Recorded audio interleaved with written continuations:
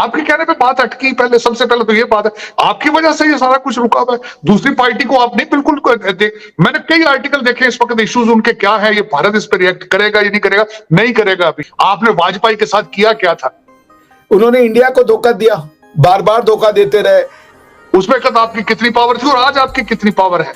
और यही चीज उन्होंने अमेरिका के साथ किया, यही चीज अफगानिस्तान के साथ किया। मतलब they are not non stop in this behaviour.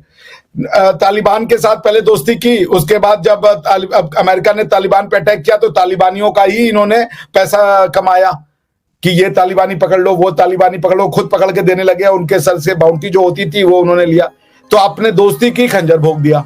आपकी दुकान थी दहशतगर्दी की, ये भी साथ एडमिट करना चाहिए था आपको कि अफगानिस्तान के अंदर हक्कानी वगैरह ये सारे जो भैन भरा थे बैठे अफगानिस्तान से, you were the one created them.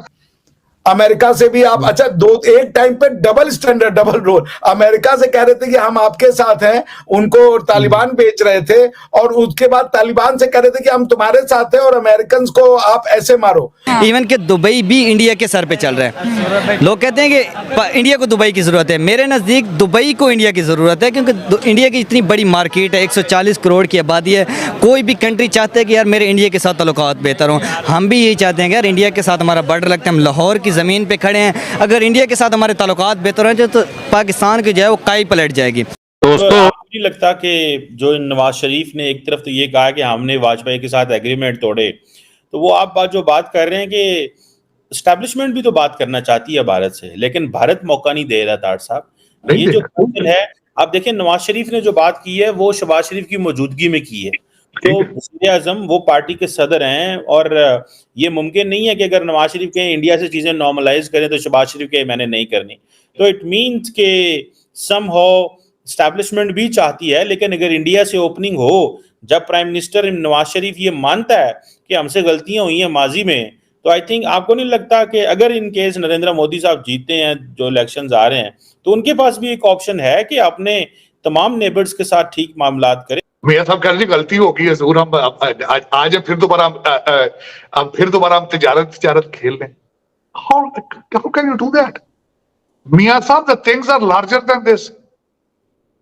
सबसे पहले तो आप अपने हालात देखें कि पाकिस्तान के क्या हालात है, फिर आपके कहने से फर्क क्या पड़ता है कि भारत आपके साथ ट्रेड शुरू कर लेगा। आपके कहने पे बात अटकी। पहले सबसे पहले तो ये बात है, आपकी वजह से ये सारा कुछ रुका हुआ है। दूसरी पार्टी को आप नहीं बिल्कुल मैंने कई आर्टिकल देखे इस वक्त, इश्यूज उनके क्या है, ये भारत इस पर रिएक्ट करेगा या नहीं करेगा, नहीं करेगा। अभी आपने वाजपेयी के साथ किया क्या था? उसमें कद आपकी कितनी पावर थी और आज आपकी कितनी पावर है? जो ओरिजिनल स्टेक होल्डर है वो आपके साथ आज है या नहीं है, वो क्यों नहीं कम्युनिकेट करते दूसरी पार्टी के साथ? हाँ, रिजर्वेशन है उनको, क्या आप टेररिज्म को सपोर्ट करते हैं? आपने क्लैरिफिकेशन उसके बारे में दी है? मियां नवाज शरीफ साहब को ये बात करनी चाहिए थी इसी तकरीर के अंदर कि हम उनको क्लैरिफाई करेंगे, उनको तसल्ली देंगे कि हम स्टेट इज नॉट इन्वॉल्वड। मैं ये नहीं कह रहा, क्योंकि आपके तो कंट्री आपका खुद कंट्रोल में नहीं है। आपके ऊपर तो अभी परसों फिर आपके ऊपर अटैक हुआ अफगानिस्तान से, जिसमें आपके सिपाही मारे गए हैं। आपके कंट्री में तो आपका कंट्रोल कोई नहीं है, लेकिन बताए ना उनको कि state is not doing it and our hands are clean. हम प्रैक्टिस नहीं पैदा कर रहे हैं मजीद, आप करते रहे हैं माजी के अंदर। आपकी दुकान थी दहशतगर्दी की, ये भी साथ एडमिट करना चाहिए था आपको कि अफगानिस्तान के अंदर हक्कानी वगैरह ये सारे जो भैन भरा थे बैठे अफगानिस्तान से, you were the one created them. ये भी तो फिर बताए ना उनको कि हाँ गलती हमसे हुई है, लेकिन ये सारा कुछ कि अब हम नहीं करेंगे, अब हम नहीं करेंगे। वो पोर्टफोलियो आप